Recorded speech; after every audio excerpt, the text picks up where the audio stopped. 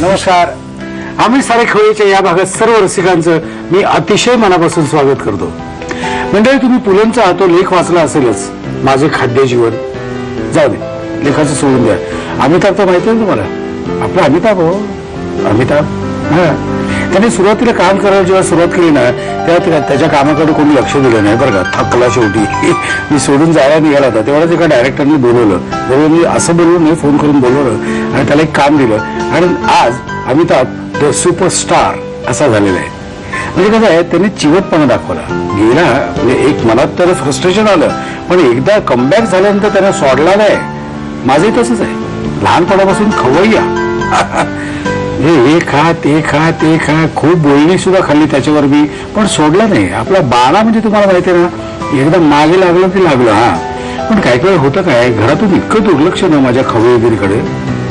दुर्लक्ष म्हणजे काही काही फ्रस्ट्रेशन निघालं होतं.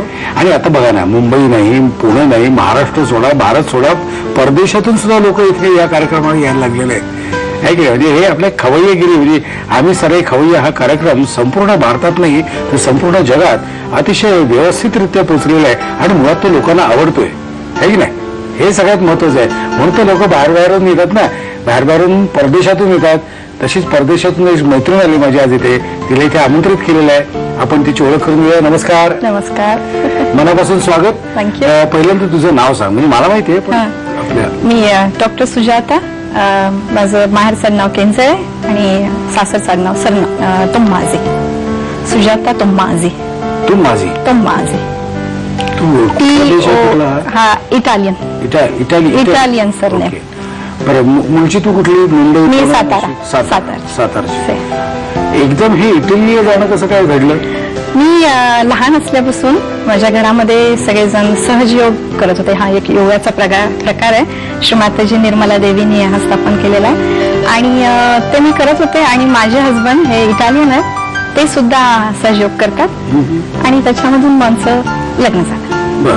लव्ह मॅरेज, अरेंज मॅरेज काय जातं सांगू शकत नाही. तुमच्या बाजूने ते लव्ह मॅरेज, अरेंज मॅरेज असेल, त्यांच्या बाजूने ते लव्ह मॅरेज असू शकतं कुठलंही. पण आता अतिशय प्रेमाने संसार 15 वर्षापासून चालू आहे. त्या 78 साली किती साली? 94 साली लग्न झालं. आणि तुमचे मूळ सातारा, गाव सातारा. हा. आणि मी आता सध्या पोलंडमध्ये राहते. कारण गेली 12 वर्ष मी इटलीमध्ये राहिले, व्हेरोनामध्ये. आणि आता माझ्या हजबंडची जॉबसाठी पोलंडला 2 वर्षासाठी ते शिफ्ट झाले, तर आता सध्या तिथंच पोलंड. बरं, साताऱ्याची शाळा आठवते का? नाही सर, मी माझं लहानपण झालं राहुरीमध्ये. माझे वडील ऍग्रिकल्चर युनिव्हर्सिटीमध्ये प्रोफेसर होते राहुरीला, त्यामुळे मी 10वी पर्यंत तिथे शिकले.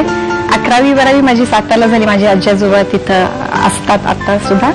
आणि त्याच्यानंतर मग मी आयुर्वेद शिकले शिवाजी युनिव्हर्सिटीमध्ये. शिवाजी युनिव्हर्सिटी, कोल्हापूर.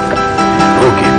हे आयुर्वेदाकडे जावं असं का वाटलं? मी तुला जरा मागे घेऊन जातोय. 12वीला तू काय विचार केला? 12वीत मी म्हणजे मला 2 मोठे भाऊ आहेत. एक 4 वर्षांनी मोठा आणि एक 2 वर्षांनी मोठा. काय करतात ते? एक रेडिओलॉजिस्ट आहे, म्हणजे ॲलोपॅथिक डॉक्टर, आणि दुसरं होमिओपॅथिक. तर त्यांच्याकडे बघून मला असं वाटलं की जर माझे 2 भाऊ डॉक्टर असतील तर मी काम, ते एक ॲलोपॅथी करते, एक होमिओ करते, तर मग तिसरं आयुर्वेदिक असायलाच पाहिजे. आणि मग आमच्यामध्ये भरपूर वादविवाद झाले तेव्हा, कुणाची पॅथी श्रेष्ठ ते अजूनही होतं. आता खूप वर्षानंतर आता थोडस समजायला लागलं की प्रत्येक पॅथीचं काहीतरी महत्व आहे. स्पेशलायझेशन प्रत्येकाचं असतं. म्हणजे आम्हाला आमच्यासारख्या कॉमन माणसाला आम्हाला समोर जे दिसतं ते असं दिसतं की ॲलोपॅथी हे तात्पुरतं तुम्हाला थांबवतं, आयुर्वेदिक तुम्हाला मुळापासून उखडून काढते जो काही व्याधी असेल. आयुर्वेदाची व्याख्याच तशी आहे ना की हिताहितम सुखम दुःखम आयुस्तस्य हिताहितम मानम तत्र यत्रोक्तम आयुर्वेदास उच्यते. म्हणजे तुमच्यासाठी काय हितकार आहे आणि काय अहित करतं, किंवा काय सुख तुम्हाला देतं, सुख देऊ शकतं, आणि काय दुःख, काय कारण आहे, तर ती जाणून घेऊन त्याच्याप्रमाणे आयुष्य आपलं निरोगी आणि काय म्हणायचं, छान सुखी सुंदर सुखी आयुष्याचा दीर्घायुष्य मिळावं ह्याच्यासाठी आयुर्वेद हा बरोबर आहे. पण आजचं आता कसं आहे, शहरांमध्ये असं आहे, मला समजा नाटकाचा प्रयोग असेल, माझं डोकं चढलं असेल, त्या आयुर्वेदाची गोळी घेतली तर ती 3 तासानंतर माझं डोकं बरोबर आहे. चढेल. पण आता ह्या क्षणाला मला उभं राहायचं असेल तर मी ॲलोपॅथी घेऊन डोकं थांबवणार, पण माझं मुळात डोकं का दुखलं ह्याचा विचार आयुर्वेद करेल. बरोबर बरोबर. आणि परत कधी डोकं दुखणार नाही याची काळजी घेईल. त्यामुळे आजच्या धकाधकीच्या जीवनात ह्या दोन्ही पॅथी ज्या आहेत ह्या एकमेकांपेक्षा आपण किती फास्ट आहोत त्याच्यावर ते सगळं अवलंबून आहे. ओके, आता 94 साली लग्न झालं बरोबर. 94 साली लग्न झालं आणि इटलीला कधी गेला? मी 96 ला गेले माझ्या, कारण माझी अजून इंटर्नशिप व्हायची होती. बर. मग इंटर्नशिप झाल्यानंतर मी 1 वर्षांनी. ओके, तिथे गेल्यानंतर तिथे मराठी माणसं त्यावेळी होती का? आता तर नाही, बऱ्यापैकी अजिबात कोणी नव्हतं. आणि मेन म्हणजे इटालियन लोकांना इंग्लिश सुद्धा येत नाही असं होतं. म्हणजे इटालियन शिवाय दुसरा पर्याय नाही. आणि आम्ही 1 वर्षभर, पहिलं वर्ष माझ्या सासू सासऱ्यांकडे राहिलो आणि माझ्या सासूबाईंना एकही इंग्लिशचा वर्ड येत नव्हता. त्यामुळे पण बोलायची इच्छा फार, त्यामुळे मग त्यांनी मला शिकवलं इटालियन. मग ते असं करायचं, ता बोलो म्हणजे हे टेबल, मग मी ते पिकअप करायचं. हे बिकिएरे म्हणजे ग्लास, बिकिएरे. असं करत मी 6 महिन्यात शिकले इटालियन. कारण की मी तिथे गेल्याबरोबर लगेच मला तिथे लोकांना समजलं की मी आयुर्वेदिक डॉक्टर आहे. तर त्यामुळे माझे सासरे बिल्डर आहेत, तर त्यांना मणक्याचा त्रास होता, तर तो आयुर्वेदिक औषधांनी पूर्ण बरा झाला. त्यामुळे त्यांनी त्यांच्या मित्रांमध्ये सगळ्यांना सांगितलं. त्यामुळे त्यांचे मित्र, जवळपासचे फॅमिली मेंबर्स, असं खूप लोक यायला लागले. त्याच्यानंतर लगेच मी एका पॉलिक्लिनिक मध्ये, मेडिकल सेंटर मध्ये काम करायला लागले. आणि मग पण भाषा येत नव्हती, त्यामुळे मला कुणीतरी ट्रान्सलेट करायचं. शेवटी एका दिवशी एक लेडी पेशंट होत्या आणि माझे हजबंड ट्रान्सलेट करत होते. पण त्या म्हटल्या, मला काही माझं प्रॉब्लेम्स तुम्हाला नाही सांगायचे, मला डायरेक्ट डॉक्टरशी बोलायचं. तेव्हा हे मला म्हटले, आता you don't have any excuse, आता शिका. तेव्हापासून मग भाषा शिकली. यजमानांचा काय बिझनेस आहे? ते इटालियन गव्हर्नमेंट मध्ये सर्व्हिसला, हे पोलीस ऑफिसर. ओके ओके, बरोबर. त्यामुळे मनशांतीची त्यांना जास्त गरज आहे. म्हणजे कसं आहे, पोलीस डिपार्टमेंटला काम करणाऱ्या कुठल्याही माणसाला ती गरज आहेच, तो काही विषय नाही. आमच्या खवय्ये आणि मी आतुरतेने वाट बघतोय आज तू काय दाखवणार आहेस. तर आपण आपल्या किचनकडे जायचं का? अगदी या. आमच्या खवय्यांना आज काय दाखवणार आहेत? Stuffed eggs, pasta with spinach and cream, okay, meat roll, आणि चौथं डेझर्ट आहे क्रेमा कॅटालाना. काय? Crema catalana actually Spanish dish आहे, पण इटलीमध्ये खूप वापरली जाते. Crema catalana. Crema catalana. Okay, पहिल्यांदा काय बघतोय आपण? Stuffed eggs. स्टफ्ड एग्स, याला इटालियन मध्ये म्हणतात लेवोवा अल दियावोला. लेवोवा अल दियावोला. ओके, अल दियावोला. ओके, मला साहित्य सांगतेस काय काय? त्याच्यासाठी आपल्याला लागणार आहे बॉइल्ड एग्स, हे आहे रेड चिली पावडर, हे कोरिअँडर, हे सबस्टिट्यूट आहे पार्सलीचं, ओरिजिनली पार्सली घालतात. त्याच्यानंतर onion, chopped onion, chopped tomatoes, white pepper powder, mustard paste, mayonnaise, salt, olive oil आणि ब्लॅक पेपर पावडर. ओके, साहित्य बघितलेलं आहे. फक्त मला सांग की हे काय म्हणालीस तू? हे मायोनेज आहे, मायोनेज क्रीम. तर ह्याचं ओरिजिन आहे फ्रान्समध्ये. तर ते अंड आणि ऑइल, कुठलंही व्हेजिटेबल ऑइल आणि व्हिनेगर आणि लेमन यांच्यापासून केलं जातं. म्हणजे 2 अंड्याचे पिवळे एग्स योक, आणि त्याच्यामध्ये 1 चमचा व्हिनेगर, हे असं मिक्स करून घ्यायचं. त्याच्यामध्ये सॉल्ट, पेपर घालायचं आणि मग एका फूड प्रोसेसर मध्ये हळूहळू तेल घालत ते फिरवत राहायचं.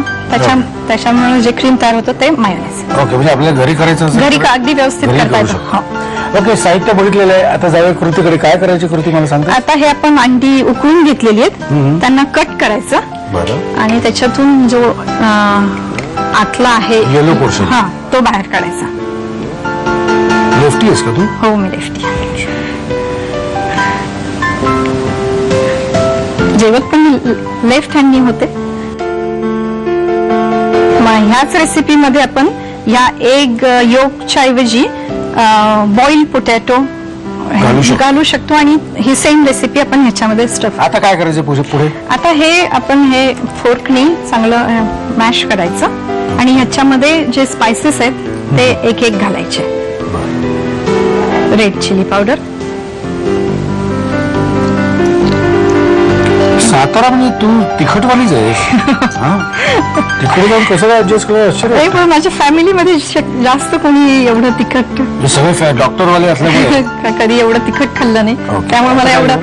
आता याच्यामध्ये चॉप्ड ओनियन, चॉप टोमॅटो, कारण पांढरं असं तांबडा रस्सा कोल्हापूर ते. बरं, आता टोमॅटो घातलं तरी चालेल. थोडस सॉल्ट.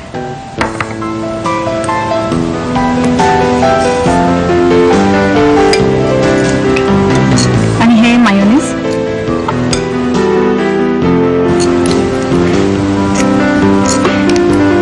तसं मायोनीज सुद्धा अंड्यापासून बनवलेलं असतं, त्यामुळे थोडस असं फॅटी हा पदार्थ आहे आणि उष्णता वाढवणार आहे. आता ह्याच्यामध्ये आपण हे मस्टर्ड पेस्ट ऍड करणार आहे. ही बाजारात रेडीमेड मिळते, पण घरी सुद्धा आपण व्यवस्थित करू शकतो. मोहरीची जी डाळ आहे त्याला मिक्सर मधून त्याचं पीठ करायचं. तिखट असतं का? हा, हे तिखट असतं. हा, अजून थोडीशी. तर त्या मस्टर्ड पावडर मध्ये थोडस व्हिनेगर किंवा मायोनीज घातलं की ही पेस्ट तयार होते. आता हे दोन्ही प्रकारचे ब्लॅक पेपर, व्हाईट आणि ब्लॅक पेपर.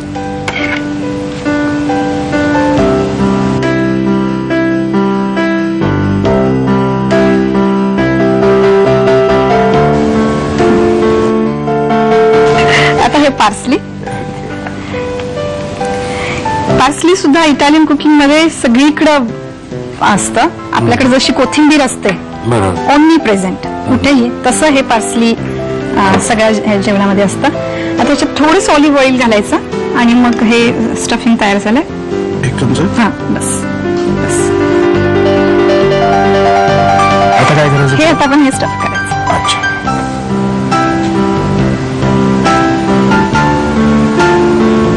ह्याच्यामध्ये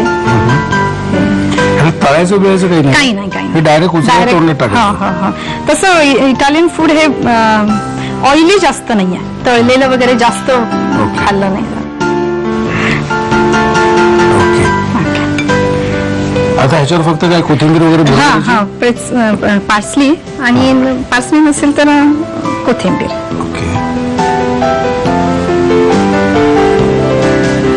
आणि सुरुवात करायची खायला. तुम्ही पेन उचलायचं आणि सुरुवात करायची लिहायला. साहित्य आणि कृती. स्टफ्ड एग्स बनवण्यासाठी लागणारं साहित्य: उकडलेली अंडी, तिखट, कोथिंबीर, बारीक चिरलेला कांदा, बारीक चिरलेला टोमॅटो, पांढरी मिरपूड, मस्टर्ड पेस्ट, मेयोनीज, मीठ, ऑलिव्ह ऑइल, मिरपूड आणि पार्सली. कृती: प्रथम उकडलेल्या अंड्याचे 2 भाग करून त्यामधला पिवळा भाग काढून घ्यावा. उकडलेला पिवळा भाग मॅश करून त्यामध्ये तिखट, बारीक चिरलेला कांदा, टोमॅटो, मीठ, मेयोनीज, मस्टर्ड पेस्ट, पांढरी मिरपूड, पार्सली आणि ऑलिव्ह ऑइल हे मिश्रण एकजीव करून स्टफिंग तयार करावं. हे स्टफिंग अंड्याच्या उकडलेल्या पांढऱ्या भागात भरून डिश सर्व्ह करावी.